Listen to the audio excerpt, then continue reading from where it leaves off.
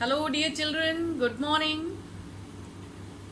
So, today we are going to read this poem, An Elementary School Classroom in a Slum by Stephen Spender. Now, as the title itself suggests, that it is about the elementary school, that is, the primary school in a slum area. In this poem, the poet has described about the pathetic condition and deplorable condition of these children who lived in slum area and who were deprived of the basic amenities, the basic facilities of life, that is food, clothing and shelter. They also had a school, but that school was also in a very uh, basic condition or in a very poor condition. They used to study in the school, but they were preoccupied with the thoughts of hunger, starvation, and diseases which they had inherited from their parents probably, and the filthy condition all around. So there, these young minds, these young brain of the minds of the children were full of the scarcity of maybe hygienic conditions, food and water, and they so these students, these children could never think beyond that. Okay, they used to think about all those things because they did not have all those things in the slum area. Now, can you imagine such children studying anything, grasping anything when they are not in a happy state? So uh, when you are in a very free state of mind, only then you can understand and learn. Now, when they are restricted to the slum area, that is the small school there, the primary school where they used to study, maybe now it was the only classroom in which there were older students also and the younger ones also, all studying together, uh, irrespective of their the class or the age. Now, will they be interested in the studies? No, because they have their own ideas. And these children at this age need to grow. They are growing physically, but they are not able to grow mentally. And you have read the poem earlier, in which you must have understood what does the poet aim at by bringing this or highlighting this kind of condition of the slum children. He wants to focus on this small area of the society so that everybody can pay attention to that. He wants something to be done for these small slum children. He wants that these children should be also given a good life. They should be given freedom. They should be given all the basic necessities of life. They should be taken care of. We should not be sympathetic to them. Sympathy is just giving some money, some food. That's all. We should be empathetic to them. Empathetic means having empathy. Empathy is neither sympathy nor apathy. Empathy means thinking in their terms, thinking and thinking the uh, style or the plight of the condition of the children, keeping yourself in that situation, that what would one feel if you were in that condition. That kind of kindness, that kind of charity or help should come from you. So this poem highlights the condition of the slum children in order to bring them into the mainstream of life of society. They should also be considered, their life should be uplifted, they should be given equal opportunities, and they should be brought up just like any other child in the city area. Okay, so now I'll be explaining the poem to you. Please keep watching the video. Thank you. Stephen Spender was a poet and English essayist. Spender had keen interest in politics, and so he declared himself as socialist and pacifist. His work concentrated on themes of social injustice and the class struggle. So the poem that we are going to read, written by Stephen Spender, is about the slum children, and it is about the pathetic condition of the children as well as the school. Now, here pacifist means that he was not in favor of war and violence. He was a person who highlighted the social themes of social injustice in his poems and essays. So we begin the poem now. Far, far from gusty waves, these children's faces, like rootless weeds, the hair torn round their pallor, the tall girl with her weighed down head, the paper-seeming boy with rat's eyes, the stunted, unlucky heir of twisted bones reciting a father's gnarled disease. Now, in the very first line, far, far from gusty waves. Gusty waves is that the breeze, that is, the children are deprived of all the basic amenities in slum area, and also they live in such narrow lanes in the slum area that they are far away from, or they don't even have the idea of the city lanes or the city where they can have all the basic facilities. They are far away from, that is why the poet has used or repeated the word far, far.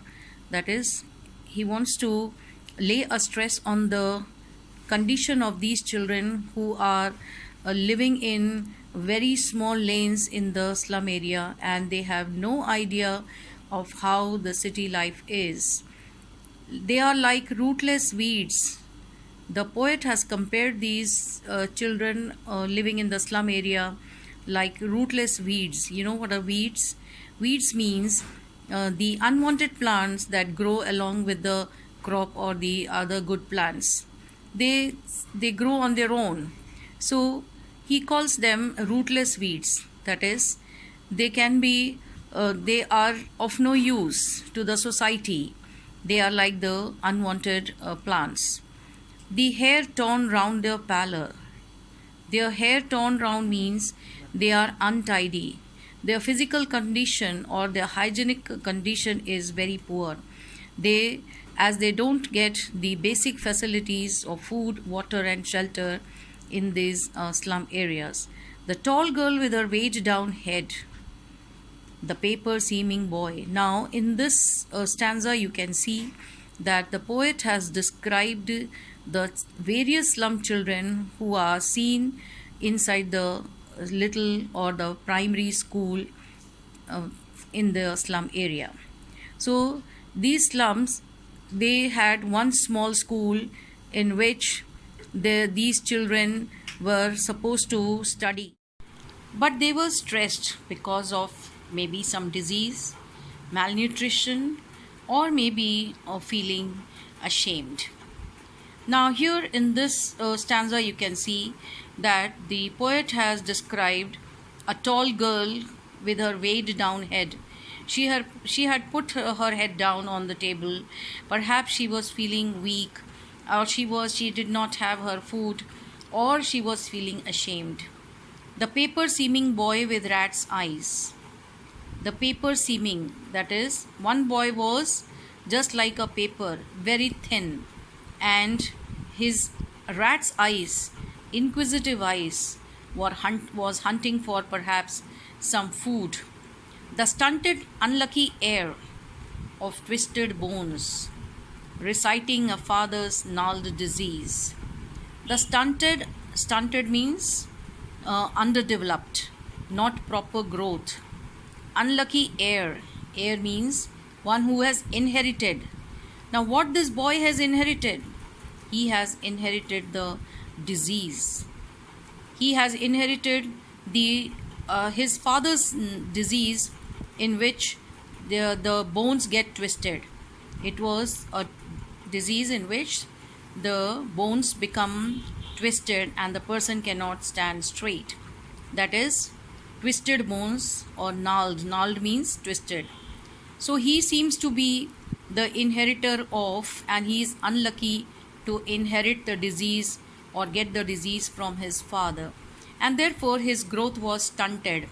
His physical body, or his physical growth was not a proper one. The boy who was suffering from that disease, he was reciting his lesson, he was reading his lesson from his desk, from his table. At back of the dim class, now this is the fourth child that the poet is describing. At the back of the dim class, dim class shows the poor condition of the classroom. There was no light, no windows, not many windows to have sufficient light in the room. One unnoticed, sweet and young, his eyes live in a dream. And that small boy, who was very sweet and young, was sitting unnoticed in one corner of the room, and his eyes living in a world of imagination.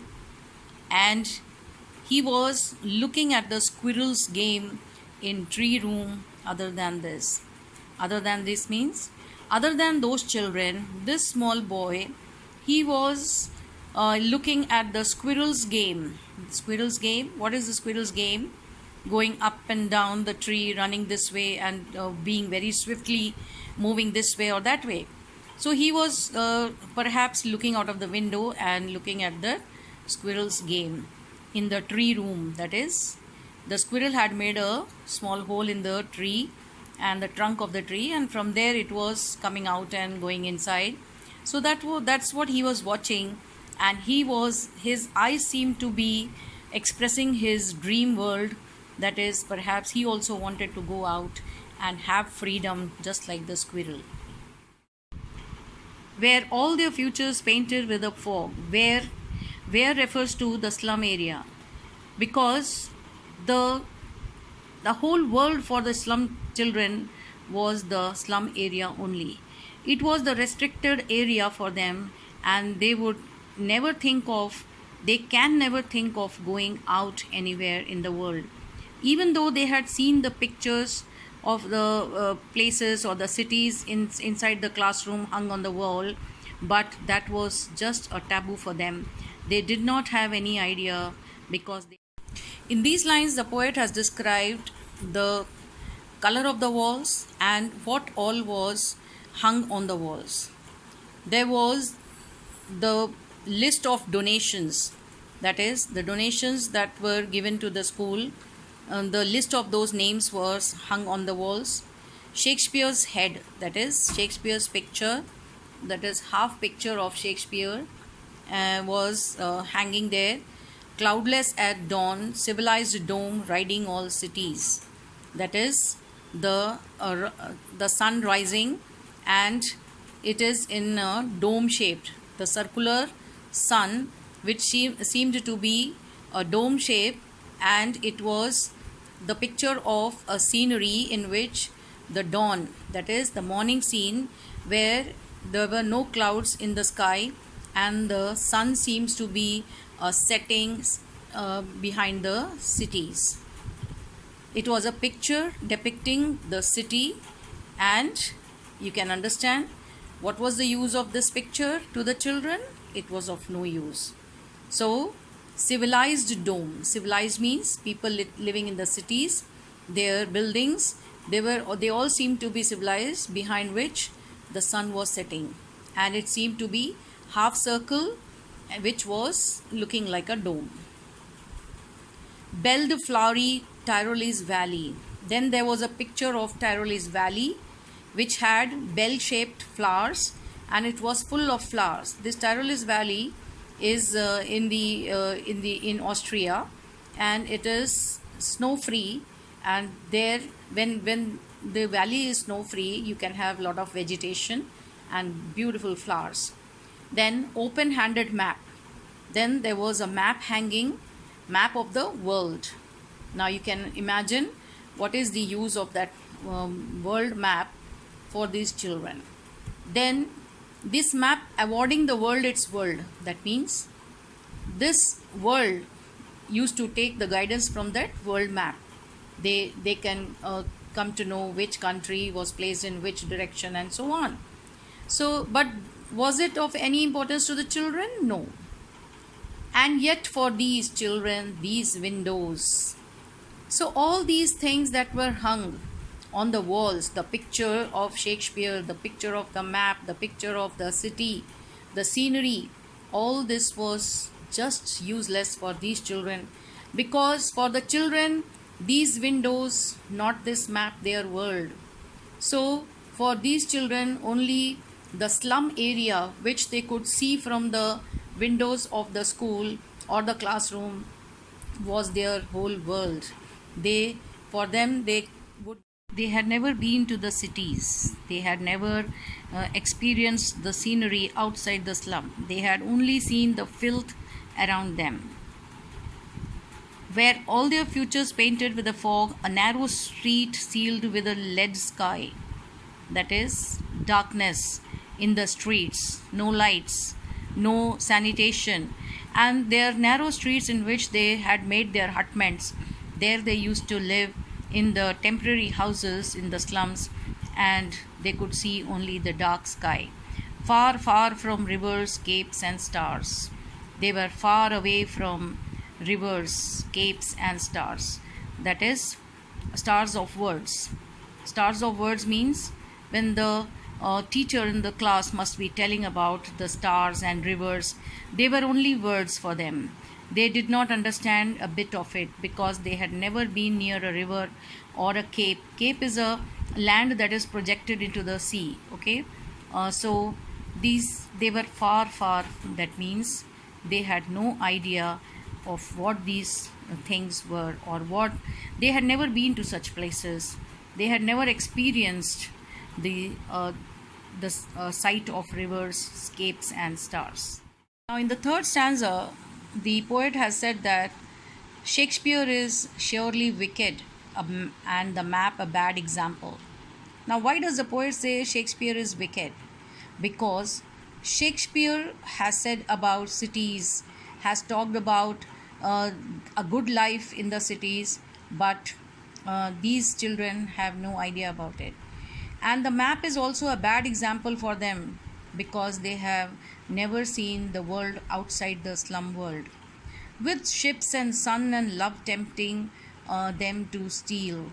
That is, the Shakespeare's plays, they talk about ships, moving ships, sun, and love tempting them to steal for lives that slyly turn in their cramped holes.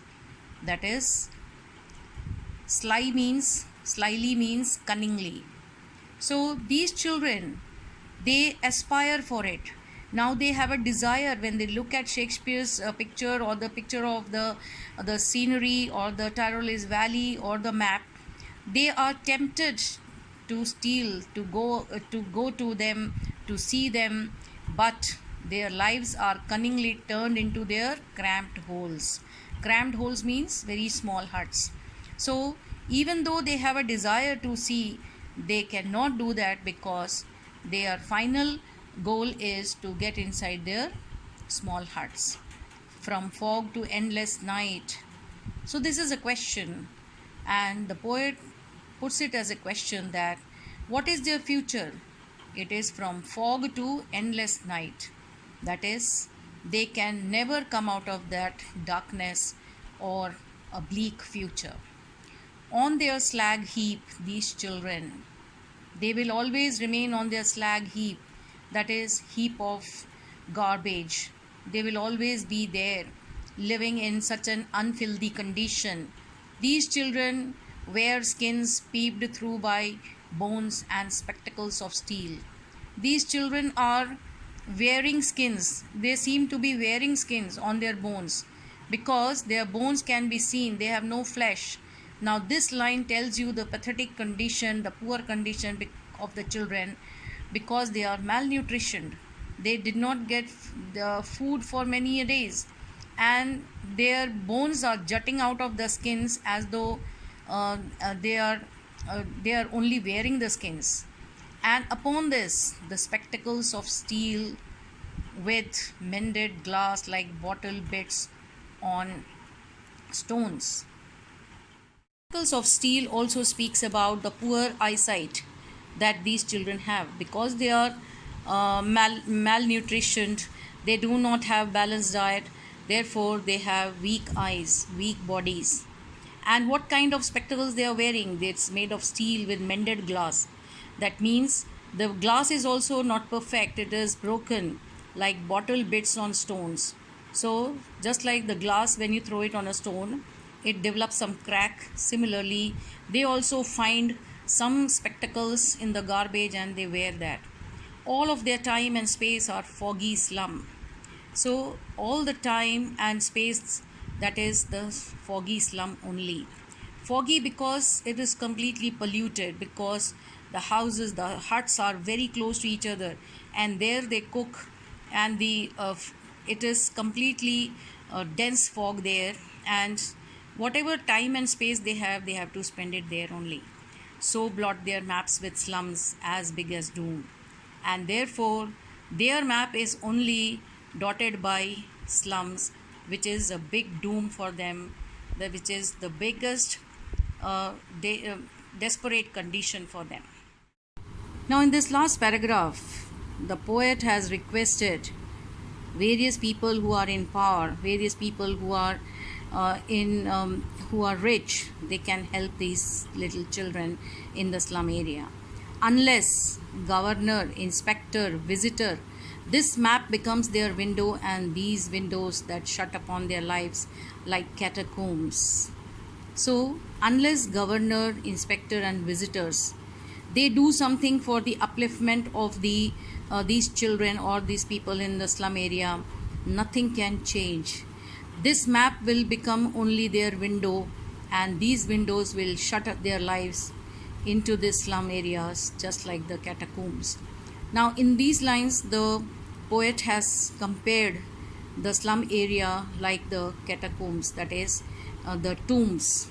And just as the tombs are covered with the earth on top and it is just a small area, similarly the slum area is the small place where these people have to cramp into and stay there. So the poet has said that their lives cannot change, their living standards cannot be uplifted unless governor, inspector, and visitors who come to the school, they do something creative for them, they do something real for them. Otherwise their lives will be shut in these slums just like the catacombs. Break, oh break. So what does the poet want for them? The poet asks these governor, inspector, and visitors to break their shackles, that is the break their such a narrow condition in which they are staying. Break, oh break, open till they break the town, that is to bring them to the level of the cities, so that they can also be in the mainstream of the cities and show the children to green fields and make their world. And he wants that these children should be allowed to be free, they should be allowed to go to the green fields, that is to be given freedom so that they can go out of the slum area and be one with the other children in the cities and make their world. Make their world means experience so many things. Their world here means the experience. They should also experience the green fields. And what else they should experience? Run azure on gold sands. That is, they should be able to enjoy the seashore, they should run on the gold sands. That is, sand is compared to as gold here. Gold sand means the yellowish color of sands, and azure means blue. That they should run on the seashore, seeing the blue seas, and let their tongues run naked into books, the white and green leaves open. That is, they should be allowed to read their own books and experience the reading and learning with their own observation and experience. The white and green leaves open, that is, the white books and the green nature. They should be able to learn and gain knowledge with their own experience. So, it is not that they should be taught something abstract. They should practically be with the nature and experience it. History theirs whose language is sun. That is, they should be able to create their own history. They should be able to have their own achievements and success in their lives, and they can only make their history and achieve certain things in life whose language is the sun. Language is the sun means whose approach, whose activity or creativity is just as bright as the sun. So they need the open light, the openness from the of the cities, rather than the closed areas of the slums where their future is absolutely bleak. So now we come to the end of the poem.